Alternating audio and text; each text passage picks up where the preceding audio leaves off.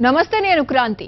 ప్రజలకు మంచి చేయాలనే భావనతో కొంతమంది రాజకీయాల్లోకి వస్తే రాజకీయం అంటే కేవలం వ్యాపారమేనని, ఇక్కడ కూడా అమ్మడం కొనడం ఉంటుందని నిరూపిస్తున్నారు మరికొందరు. ఎథిక్స్, మోరల్స్ ను పక్కన పెట్టి కరప్షనే పరమావధిగా ముందుకు సాగాలని సొంత పార్టీ నేతలకే వెన్నుపోటు పొడిచే ఈ నాయకులు ప్రజలను నట్టేట ముంచుతున్నారు. ప్రజలిచ్చిన అధికారాన్ని ఖూనీ చేస్తూ ప్రజాస్వామ్యానికి కొత్త భాష్యం చెప్తున్నారు. రాజకీయం అనే మాటను అసహ్యానికి పర్యాయపదంగా మార్చి పొలిటికల్ డిక్షనరీలో కొత్త పదాలు సృష్టిస్తున్నారు. విలువలకు తిలోదకాలిస్తున్నారు. ఇవాల్టి పొలిటికల్ కారిడార్ సబ్జెక్ట్ ఇదే.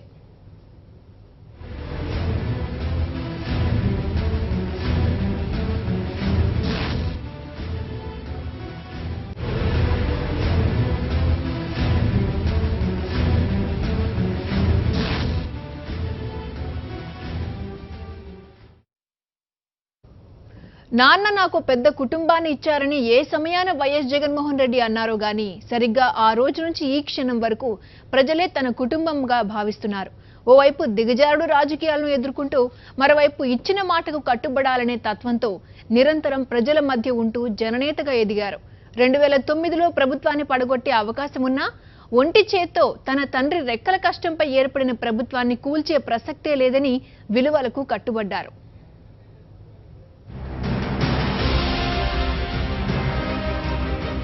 రాజకీయాలంటే నైతిక విలువలకు తిలోదకాలు ఇవ్వడమని కొత్త నిర్వచనం చెప్తున్న ఈ రోజుల్లోనూ విలువలతో కూడిన రాజకీయాలే చేస్తానని చెప్తున్న వ్యక్తి వైఎస్ఆర్ కాంగ్రెస్ పార్టీ అధ్యక్షుడు వైఎస్ జగన్మోహన్ రెడ్డి.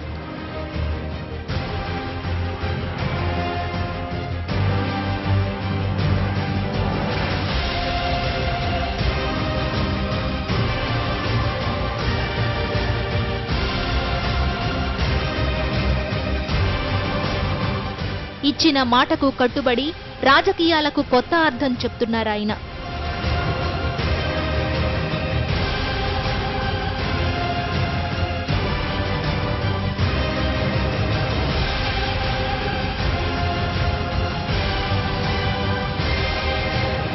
"2009లో మహానేత వైఎస్ఆర్ మరణాన్ని తట్టుకోలేక అనేక మంది ప్రాణాలు విడవటం వైఎస్ జగన్మోహన్ రెడ్డిని కదిలించి వేసింది. తన తండ్రి తనకు పెద్ద కుటుంబాన్ని ఇచ్చారని, తన తండ్రి మరణాన్ని తట్టుకోలేక అసువులు బాసిన వారిని ఓదార్చడం తన బాధ్యత అని పావురాలగుట్ట సాక్షిగా ప్రతిజ్ఞ చేశారు. దాదాపుగా 660 మంది ఈ రోజుకి ప్రాణత్యాగాలు చేశారు. కొందరు అందులో ఆత్మహత్యలు చేసుకున్నారు. వారి అందరి కోసం కూడా నేను చెప్తున్నా, రాజశేఖర్ రెడ్డి గారు చనిపోలేదు, మనలో ఉన్నాడు రాజశేఖర్ రెడ్డి గారు, మన ఆశయాలలో ఉన్నాడు రాజశేఖర్ రెడ్డి గారు. చనిపోయిన ప్రతి కుటుంబాన్ని రాబోయే రోజుల్లో నేను వచ్చి కలుస్తాను, పరామర్శిస్తాను. నేను మీలో ఒకరిని అని చెప్పి గుర్తుపెట్టుకోమని చెప్పి సవినయంగా సభాముఖంగా చనిపోయిన ప్రతి కుటుంబానికి కూడా ఈ సభా వేదిక ద్వారా చేతులు జోడించి వారి కుటుంబాలకు కూడా ప్రగాఢ సంతాపాలు తెలుపుకుంటున్నాను. ఓదార్పు యాత్ర వద్దని కాంగ్రెస్ నాయకత్వం హుంకరించినా, ఓదార్పు యాత్ర అనేది తన వ్యక్తిగత వ్యవహారమని చెప్పి బాధల్లో ఉన్న జనం చెంతకు వెళ్లారు. సాధారణ జనంతో మమేకమవుతూ వారి కష్టనష్టాలను దగ్గరగా పరిశీలించారు. అండగా నేనుంటానంటూ కొండంత భరోసా నింపారు.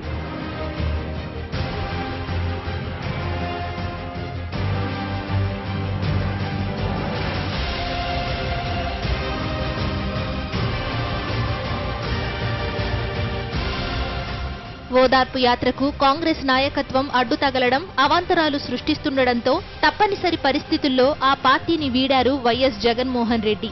కేంద్ర మంత్రి పదవి ఇస్తామని, పీసీసీ అధ్యక్షుడిగా నియమిస్తామని కాంగ్రెస్ నాయకత్వం పదవులు ఆశ చూపినా ఓదార్పు యాత్ర విషయంలో వెనక్కి తగ్గేది లేదని విస్పష్టంగా చెప్తూ బయటకు వచ్చారు వైఎస్ జగన్.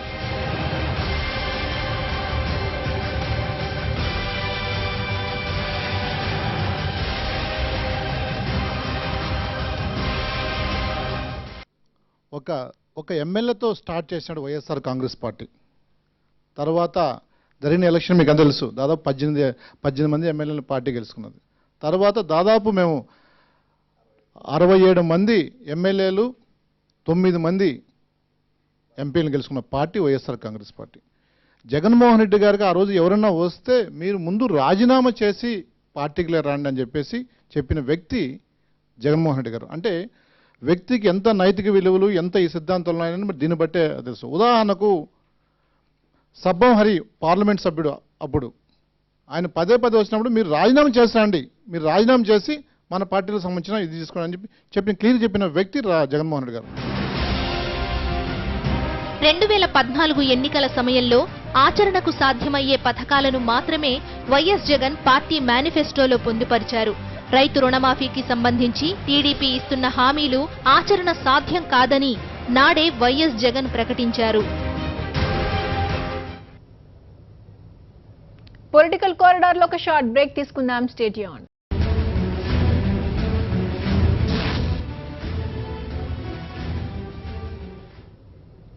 Welcome back. రాజకీయాల్లో ఇచ్చిన మాటను నిలబెట్టుకునేందుకు ఎంతటి త్యాగానికైనా సిద్ధపడే మహానేతలు అతి కొద్ది మంది మాత్రమే ఉంటారు. రాజకీయం అంటే వ్యక్తిగత వ్యాపారం, కోట్లు సంపాదించడం, మోసాలతో పబ్బం గడుపుకునే వారి సంఖ్య ఈ రోజుల్లో పెరుగుతోంది.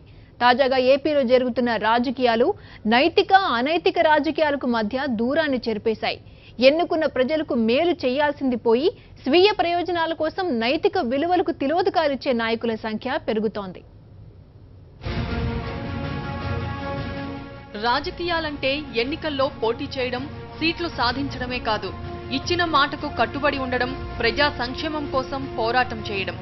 మాట తప్పను మడమ తిప్పను అన్న వైఎస్ రాజశేఖర రెడ్డి సిద్ధాంతాన్ని అక్షరాల ఆచరణలో పెట్టి ముందడుగు వేస్తున్న రాజకీయ శక్తి వైఎస్ఆర్ కాంగ్రెస్ పార్టీ. ముక్కుసూటి రాజకీయాలు చేయడం, ఎన్ని విమర్శలు వచ్చినా ఇచ్చిన మాటకు కట్టుబడి ఉండడం వైఎస్ జగన్మోహన్ రెడ్డి నైజం. తన గురించి ఎవరెన్ని విమర్శలు చేసినా, తన కుటుంబాన్ని, వ్యాపారాలను ఎన్ని ఇబ్బందులు పెట్టినా చిరునవ్వుతోనే ఎదుర్కొంటున్న వ్యక్తి ఆయన.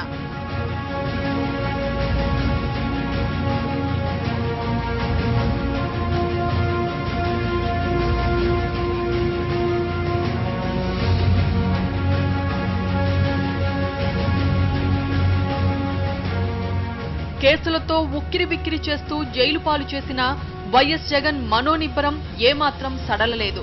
జైల్లో ఉంటూనే ఉప ఎన్నికలు ఎదుర్కొని తన పార్టీ అభ్యర్థులను గెలిపించుకొని జనంలో తనకున్న ఆదరణను రుజువు చేసుకున్నారు.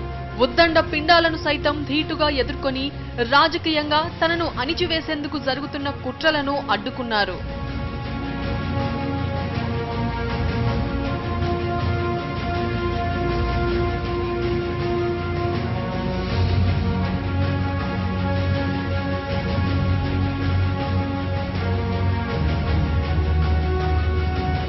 రాజకీయంగా జగన్ను ఎదుర్కోవడం అసాధ్యమని అంచనాకు వచ్చిన అధికార టీడీపీ ఇప్పుడు ఆయన్ను బలహీనపరిచేందుకు దిక్కుమాలిన రాజకీయాలకు పాల్పడుతోంది. ప్రలోభాలు పెట్టి, పదవులు ఎరజూపి, కాంట్రాక్టులు, రాజధానిలో భూములిస్తామని ఊరించి తన వైపు తిప్పుకునే నీచ రాజకీయాలు చేస్తోంది. ఎప్పుడు చూసినా నేను నిప్పు, నీతి, నిజాయితీకి పెట్టిన పేరు అంటున్నాడు. పక్క పార్టీలలో గెలిచిన వాళ్ళని మీ పార్టీలో చేర్చుకోవడమే నీతి అని నేను అడుగుతున్నాను. ఈరోజు 4 ఎమ్మెల్యేలు వెళ్ళిపోతే ఏదో జరిగిపోయినట్టు మాట్లాడుతున్నారే. గతంలో మీరు ప్రతిపక్షంలో ఉన్నప్పుడు మరి 32 మంది ఎమ్మెల్యేలు వెళ్ళిపోయారు. మరి ఆ రోజు మీరు మాట్లాడిన మాటలు ఒకసారి గుర్తు చేసుకోవాలి. నా నాయకత్వం చాలా గొప్పది అనుకున్న మీరు మీ పార్టీకి జెండా మోసిన వాళ్ళని, మీ పార్టీ కోసం కష్టపడిన వాళ్ళని పక్కన పెట్టేసి ఏ విధంగా కాంగ్రెస్ వాళ్ళకి 33 మందికి మొన్న ఎన్నికల్లో సీట్లు ఇచ్చారో ఒకసారి గుర్తు చేసుకోవాల్సిన అవసరం ఉంది.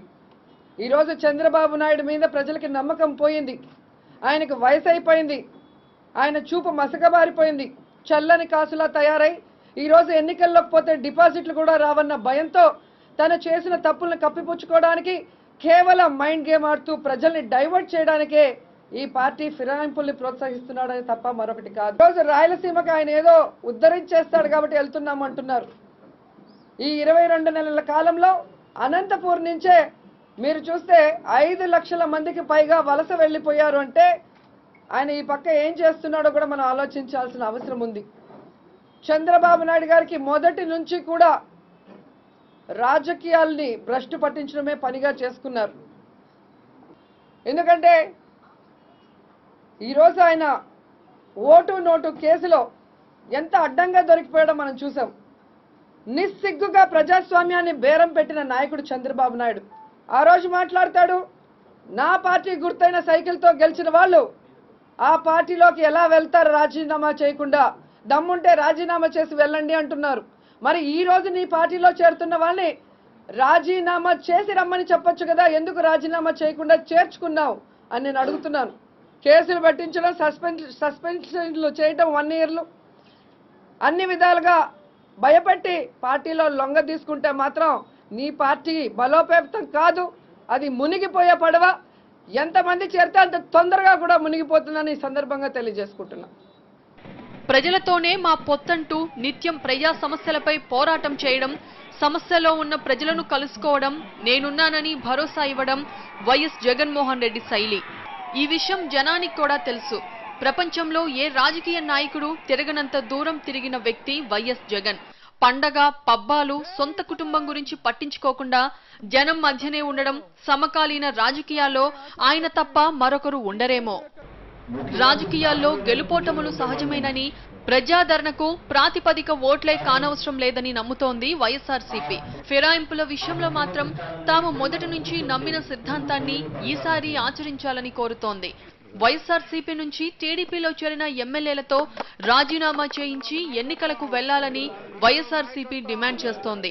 గతంలో తమ పార్టీలో చేరేందుకు వచ్చిన ఎమ్మెల్యేలు, ఎంపీల విషయంలో కూడా ఇదే సూత్రాన్ని పాటించిన విషయాన్ని వైఎస్ఆర్సీపీ గుర్తు చేస్తోంది. ఎన్నికల్లో ఎవరిని గెలిపించాలన్నది ప్రజల ఇష్టమని వైఎస్ఆర్సీపీ స్పష్టం చేస్తోంది. ఒక పార్టీ గుర్తుపై గెలిచి మరో పార్టీలోకి ఫిరాయించడం ఏ రాజకీయ విలువలకు చిహ్నమని ప్రశ్నిస్తోంది. ఎంపీల విషయంలో కూడా ఇదే సూత్రాన్ని పాటించిన విషయాన్ని వైఎస్ఆర్సీపీ గుర్తు చేస్తోంది. ఎన్నికల్లో ఎవరిని గెలిపించాలన్నది ప్రజల ఇష్టమని వైఎస్ఆర్సీపీ స్పష్టం చేస్తోంది. ఒక పార్టీ గుర్తుపై గెలిచి మరో పార్టీలోకి ఫిరాయించడం ఏ రాజకీయ విలువలకు చిహ్నమని ప్రశ్నిస్తోంది. నైతిక విలువలపై అనర్గళంగా ఉపన్యాసాలిచ్చే చంద్రబాబు చేస్తున్న ఫిరాయింపు రాజకీయాలకు అర్థమేంటని వైఎస్ఆర్సీపీ నిలదీస్తోంది. ఏ ఎన్నికలు వచ్చినా ఒక రాజకీయ పార్టీగా ప్రజాస్వామ్యంలో ఎప్పుడూ సిద్ధంగా ఉండాలి. మేము అడిగేది వాళ్ళ రాజీనామా చేసి ఉప ఎన్నికలకు వస్తే నేను ఎంత చెప్పానుగా మళ్ళీ దానికే నిలబడి చెప్తున్నా. ఇప్పుడు సపోజ్ నాగిరెడ్డి గారు ఉన్నాడు, ఆ నంద్యాలలో పోటీ చేయమనండి, ఆయన అభ్యర్థిని మా పార్టీలో ఉన్నటువంటి ఆయన ఒక కార్యకర్తను ఆయన్నే నిర్ణయించుకోమనండి. ఆ రకంగా కూడా మేము సిద్ధమవుతాం ఎన్నికలకి. ఎందుకంటే మా పార్టీ బలంగా ఉంది, ప్రజలు మమ్మల్ని విశ్వసిస్తున్నారు, మా నాయకుడు నాయకత్వాన్ని బలపరచాలనేటటువంటి ఆతృత్వం ఇవాళ ఆంధ్ర రాష్ట్ర ప్రజానికి ఉన్నారు. కాబట్టి దేనికైనా సిద్ధమే.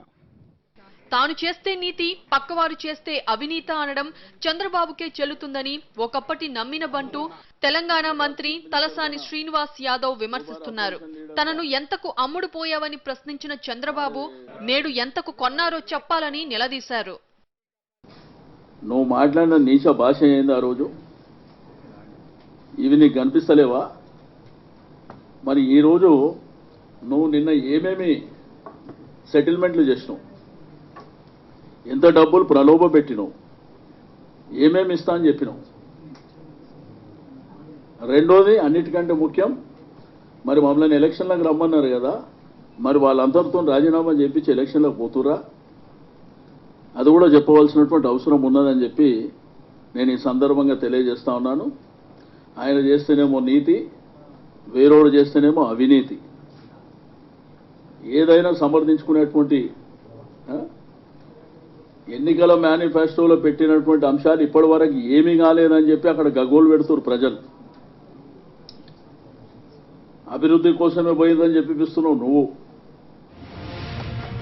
రాజకీయాల్లో నైతికత, అనైతికతకు మధ్య గీత చాలా సన్నమే అయినా చంద్రబాబు మాత్రం ఆ గీతను చెరిపి అనైతిక విలువలకు పెద్దపీట వేస్తున్నారు. నాడు పిల్లనిచ్చిన మామ ఎన్టీఆర్ మొదలుకొని నేడు పార్టీనే నమ్ముకున్న వారికి రాజకీయం అంటే వెన్నుపోట్లే అని కొత్త పాఠాలు నేర్పిస్తున్నారు. కొన్నిసార్లు అధర్మానిది పైచేయి అయినా కాల పరీక్షలో ధర్మానిదే తుది విజయమని, అది అప్పుడైనా ఇప్పుడైనా జరిగి తీరే పరిణామమే.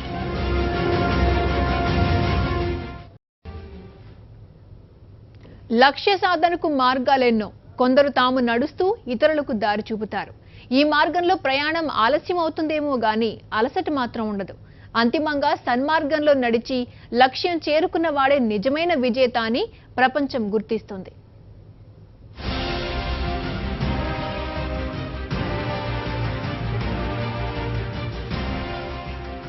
నిజాయితీ, ప్రజా సంక్షేమం, విశ్వసనీయత, వ్యక్తిగత ప్రయోజనాలను పక్కన పెట్టడాన్ని ఆదర్శ రాజకీయాలంటారు. ఈ సిద్ధాంతాలు ఆచరించే పార్టీలు, నాయకులు చేసే రాజకీయాలను విలువలతో కూడిన రాజకీయాలంటారు. చంద్రబాబు నాయుడు లాంటి నాయకులు తమ స్వార్థ రాజకీయాల కోసం చేస్తున్న పనులతో విలువలకు తిలోదకాలిస్తున్నారు. ఈ తరహా రాజకీయాలకు ముగింపు పలకాల్సిన అవసరం ఎంతైనా ఉంది.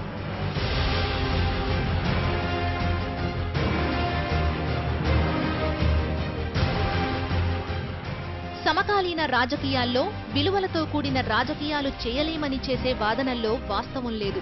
దిగజారుతున్న రాజకీయ ప్రమాణాలు కట్టడి చేయగలిగేది విలువలే. విలువలు పాటించకపోతే రాజకీయ ప్రక్రియలో చోటు చేసుకునే స్వార్థ ప్రయోజనాలు, వ్యక్తులు లేదా సంస్థల మధ్య తలెత్తే ఘర్షణలను నిలువరించడం అసాధ్యం.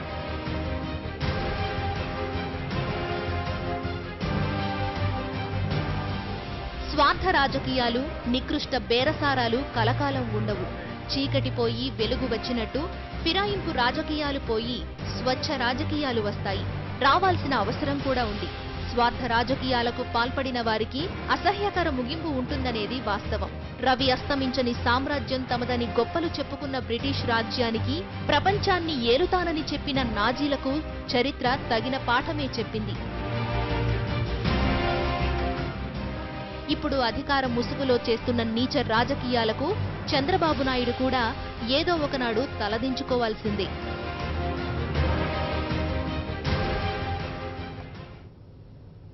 విలువలు, నైతికత అనే మాటలు వినడానికి విడ్డూరంగా ఉన్న రోజులివి. బట్ మనిషికి విలువనిచ్చేది విలువలు, ఆదర్శాలే. ఇది ఇవాల్టి పొలిటికల్ కారిడార్. Stay tuned.